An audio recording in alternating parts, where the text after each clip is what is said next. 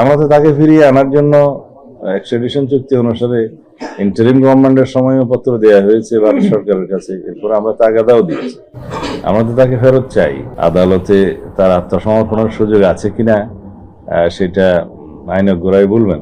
তবে সাজাপ্রাপ্ত আসামি হিসেবে দেশে ফিরলে তাকে গ্রেফতার করা হবে এবং রায় কার্যকরের ব্যবস্থা নেওয়া হবে। তাকে প্রত্যাবর্তনের যে ঘোষণা ওখান থেকে মাঝে মাঝে দিচ্ছে, তো সেটা তো কিভাবে দিচ্ছে জানি না। আমরা তো তাকে আইনানুগভাবে ফেরত চাই। ভারতে আছে 3 জন, আর আবুধাবি মানে ইউএইতে আছে 1 জন, 4 জন। আমরা দেশে ফিরিয়ে নিয়ে আসার জন্য আমাদের যা কিছু করণীয় আইনানুগভাবে সবকিছু আমরা সম্পন্ন করেছি, যে এক্সট্রাডিটেড হওয়ার জন্য এক্সট্রাডিশন চুক্তি অনুসারে এবং ইউএন চার্টারের অনুসারে যেটা ইউএর সাথে করা হয়েছে। তো সেগুলো আশা করি আমরা খুব অল্প সময়ের ভিতরে সাড়া পাবো। আমরা চেষ্টা করছি। না, চিঠির জবাব তো ওনারা দিবেন না। ওনারা আমাদেরকে বলেছেন যে আমরা এই আসামিকে ফেরত দেওয়ার জন্য 30 দিনের মধ্যে আপনাদের কাছে প্রয়োজনীয় কাগজপত্র চাই। যেটা ইন্টারপোলের রেড নোটিশ অনুসারে তারা গ্রেফতার করেছে, সেটা তো গ্রেফতার হয়েছে, কিন্তু ফেরত প্রদানের জন্য আমাদের কিছু আইনানুগ প্রক্রিয়া আছে, কাগজপত্র আছে, ওয়ারেন্টের কপি আছে, এগুলো পাঠানো বলা হয়েছিল, পাঠাতে আমরা পাঠিয়ে দিয়েছি। 30 দিন সময় দিয়েছিল, আমরা 3 দিনের ভিতরে দিয়েছি। আর ভারতে যে 3 জন আসামি গ্রেফতার হয়েছে শহীদ ওসমান হাদির হত্যাকারীদের মধ্যে, অভিযুক্তদের মধ্যে, তাদের বিষয়ে আমরা একইভাবে এখানকার ওয়ারেন্টের কপি, মামলার কপি, বিস্তারিত তথ্য আমরা পাঠিয়েছি। তো ভারতের সাথে তো বাংলাদেশের এক্সট্রাডিশন চুক্তি আছে, সেই হিসাবে তারা তাদেরকে প্রেরণ করবে। তো ইতিমধ্যে তারা যেহেতু তাদের স্থানীয় কোর্টে বেআইনি অনুপ্রবেশের মামলা সহ অন্যান্য মামলায় গ্রেফতার আছে এবং বিচারাধীন আছে, সেটা বিবেচনায় নিয়ে তারা হয়তো একটু সময় নিচ্ছে। তবে এক্সট্রাডিশন চুক্তি অনুসারে আমার যতটুকু জানা আছে, মামলা বিদ্যমান থাকলেও চালু থাকলেও ফেরত পাঠানো যায়। এই উভয় দেশের মধ্যে সেই চুক্তিটা আছে। আপনার প্রশ্ন থাকতে পারে, সন্দেহ থাকতে পারে, তবে আমাদের মধ্যে কোনো সন্দেহ নাই। স্থানীয় সরকার নির্বাচন, আমরা প্রস্তুত আছি। স্থানীয় সরকার নির্বাচন একটু আবহাওয়ার উপরও নির্ভর করতে হবে, এখন বর্ষাকালীন সময়, সেই জন্য সেপ্টেম্বর অক্টোবরের দিকে আমাদের মাননীয় স্থানীয় সরকার মন্ত্রী তো এই বিষয়ে কথা বলেছেন।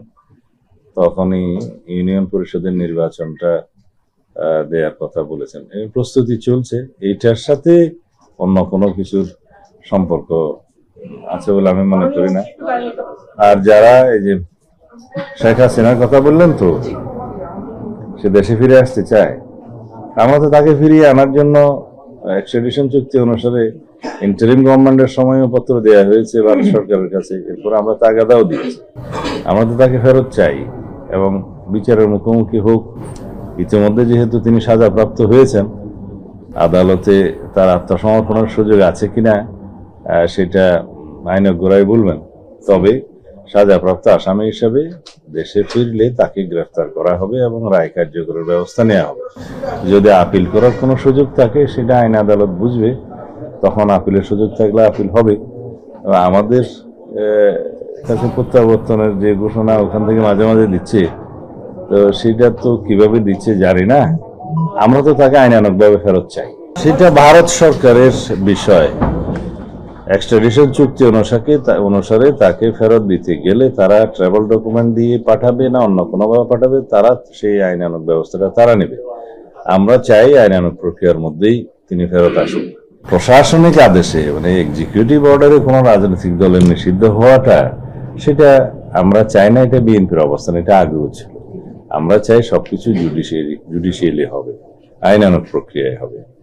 তো সেই বিষয়টা তো আমাদের আগে থেকেই নীতিগত সিদ্ধান্ত, কিন্তু আওয়ামী লীগের সংগঠন হিসাবে বিচার করার আইনানুগ প্রক্রিয়া এখন চালু আছে। যেহেতু এটা আইন পরিবর্তন করা হয়েছে এবং আর্টিকেল 47 অনুসারে কনস্টিটিউশনের এই যে আইসিটি একটা পরিবর্তন আনা হয়েছে, মানবতা বিরোধী অপরাধ, গণহত্যা এবং যুদ্ধ অপরাধ, এই 3টা বিষয়ে আগে ব্যক্তির বিচার করা যেত, এখন সংগঠনের বিচার করা যাবে।